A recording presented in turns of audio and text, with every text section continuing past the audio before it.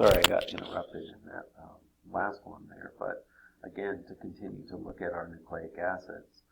when you look at these single-stranded RNA viruses, they actually can come in two different versions. One of them is known as positive single-stranded RNA, and that actually behaves like a message that would normally be read by the ribosome in the cell. So in this case, the cell ribosome actually latches straight on to the RNA that's injected into the cells and starts translating it and making proteins. When you look at a negative-stranded RNA virus, this one they actually have to make a complementary copy of that RNA to produce the positive strand, and those host ribosomes will be able to go in and read that positive strand that's been made. And one of the interesting kind of things about this is these viruses actually bring along their own RNA-dependent RNA polymerase enzyme within the virion particle itself. The host cell does not have anything similar to that, and this enzyme is going to go ahead and make those copies of those RNA molecules so that you can get more RNA being made in the cell that can then be packaged in those proteins to make these new virion particles. And then the last thing I really want to look at here is this process of one other really interesting example when you look at the group of viruses out there that are known as retroviruses. And our example that we see right here is HIV. And the retrovirus, if you look at the virion particle itself here, actually has that nucleocapsid, and it has our positive or our sense RNA strands inside of it. It's got an envelope around the outside with those spike proteins. And in this first step, the attachment or adsorption, this is where the spike protein that's known as GP120 actually attaches to a molecule on the surface of what are known as T helper cells that play a role in your immune system, and they will attach to a receptor on the surface of these cells that's known as CD4. And when these receptors are able to interact, it actually allows the viral envelope to fuse with the host cell membrane, and that's going to result in that nucleocapsid portion of the virion basically being injected into the cell there, but it's not as violent as what you would see with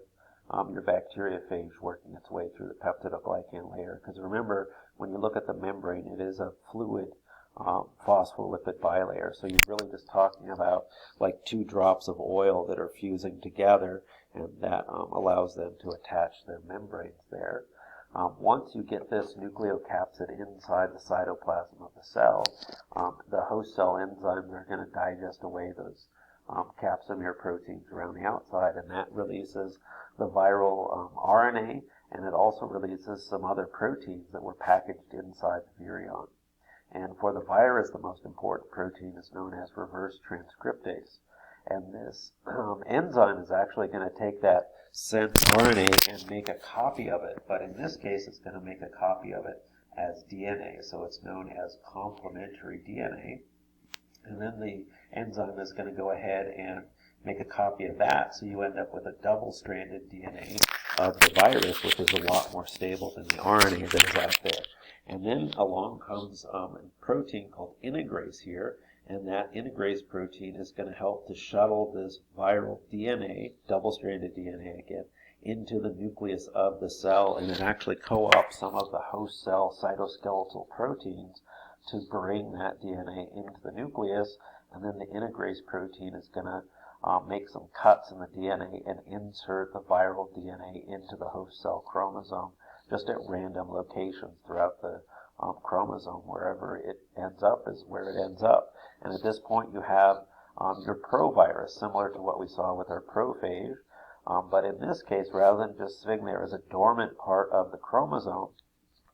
every once in a while the host cell enzymes are going to come chugging along the DNA, and they will run into the HIV DNA, and they will go ahead and make some RNA copies of the genes in that HIV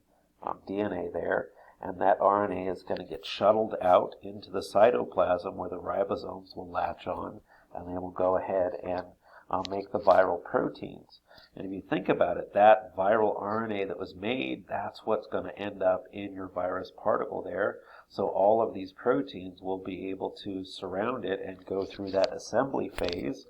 You're also going to have your spike proteins, your GP120 spikes, are going to insert into the membrane of this host cell, and then it's going to trigger the cytoskeletal elements to pinch off the membrane right there, and you end up with your budded mature virion particle right there that can go on to infect other cells in your immune system, and eventually these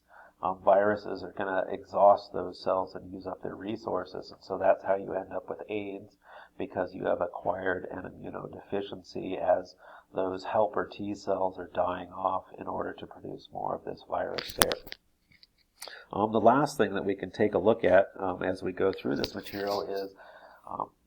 can we actually culture these viruses that are out there? And people want to culture the viruses so that we can isolate them and identify them from things like clinical specimens that are out there, but also so that we can study them some more and get some more details about their composition and their shape and their sizes and all that. But ultimately, what we need from being able to grow these viruses in the lab is so that we can also use them to make vaccines. And if you look at this figure, you can see that this has got a lawn of bacteria cells that are growing on the surface of an agar plate here. And if you look closely, you can see there's little holes in that lawn of cells right there. And what's going on is these cells are the host for the virus, and one virus was able to infect a cell there. And in this case, it's a lytic virus. And so that cell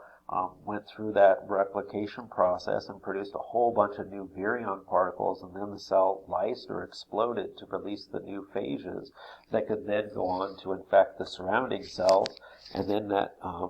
hole that you see in this lawn of bacteria is going to start to increase in size as more and more cells are being lysed as the virus is able to replicate itself. And these holes that we see here are known as plaques in this lawn of bacteria.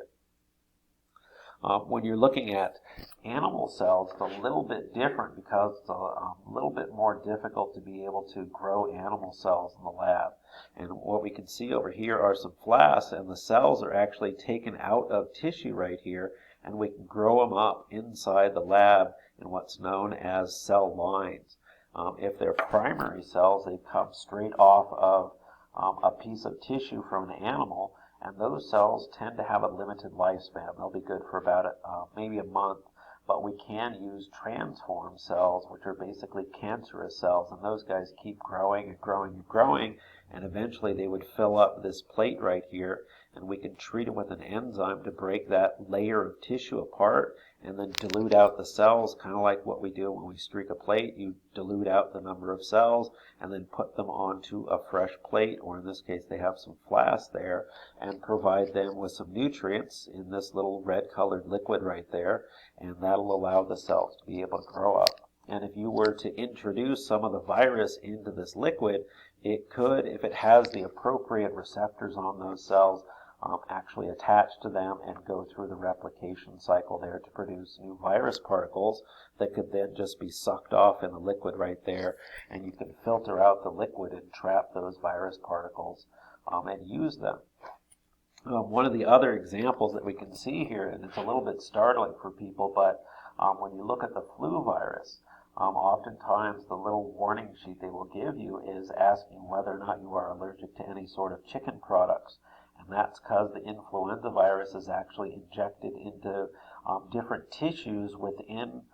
fertilized chicken eggs that are out there. And depending on the site for where the injection takes place, you can actually hit different forms of tissues that have different receptors. So if you hit the right part of that little growing embryo or other parts of the chicken egg, you can actually get specific types of viruses to grow inside of these chicken eggs. And so they will literally have pallets full of chicken eggs where they're incubating them to grow up the virus. And then they will crack open the eggs and take the residual stuff from there and throw it in a blender to break it up, and often add chemicals or heat it up in order to inactivate the virions. But then they can use that as the vaccine. And when you inject the virus that's been inactivated into people, that will trigger their immune system to recognize that particular virus, and hopefully you will develop an immune response when you get challenged with the authentic virus that is out there.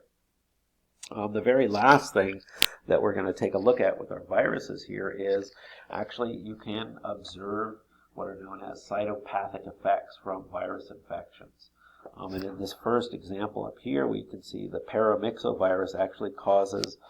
cells to fuse together. And it's one of these weird kind of examples where you develop so many different kinds of virus replication sites within the cells. That's going to cause the production of these inclusion bodies, where it's basically just a chunk of all that virus that's being replicated there. And when you look at herpes virus, again, you can see that they do change some of the structures within the cells there.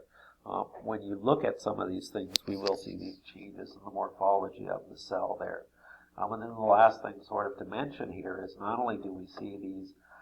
effects on the cells, where you can pull up something like your cell morphology in a pap smear, and then when you look at those epithelial cells that were collected, you would actually see, be able to visualize whether or not a viral infection took place there, because you would see these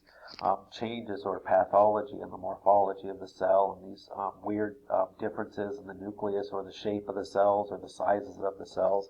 But what they're doing with pap smear is they're looking for these cytopathic effects, because that would be an indication that you might have been infected with a virus that can produce a cancer. And when we look out there, about 15 to 20% of cancers are actually caused by viruses. And one method is the virus has actually incorporated one of the genes from cells that are out there that signal the cells to go through cell division. And so when the virus gets into your cell, it's going to bring along the signal that causes the cell to increase its metabolism and to get ready to go to divide, which means there's going to be more resources to make more viruses, but that can also produce cancer inside of you as the virus triggers the cells to divide out of control. And the other method, when you look at the retrovirus or certain kinds of DNA viruses that form those proviruses, when the virus DNA is inserted into the host cell chromosome, that insertion could take place in a gene that is actually responsible for telling the cell to stop dividing. So in this case, you're disrupting the signal that would stop the cell from dividing, and that can also produce a cancer.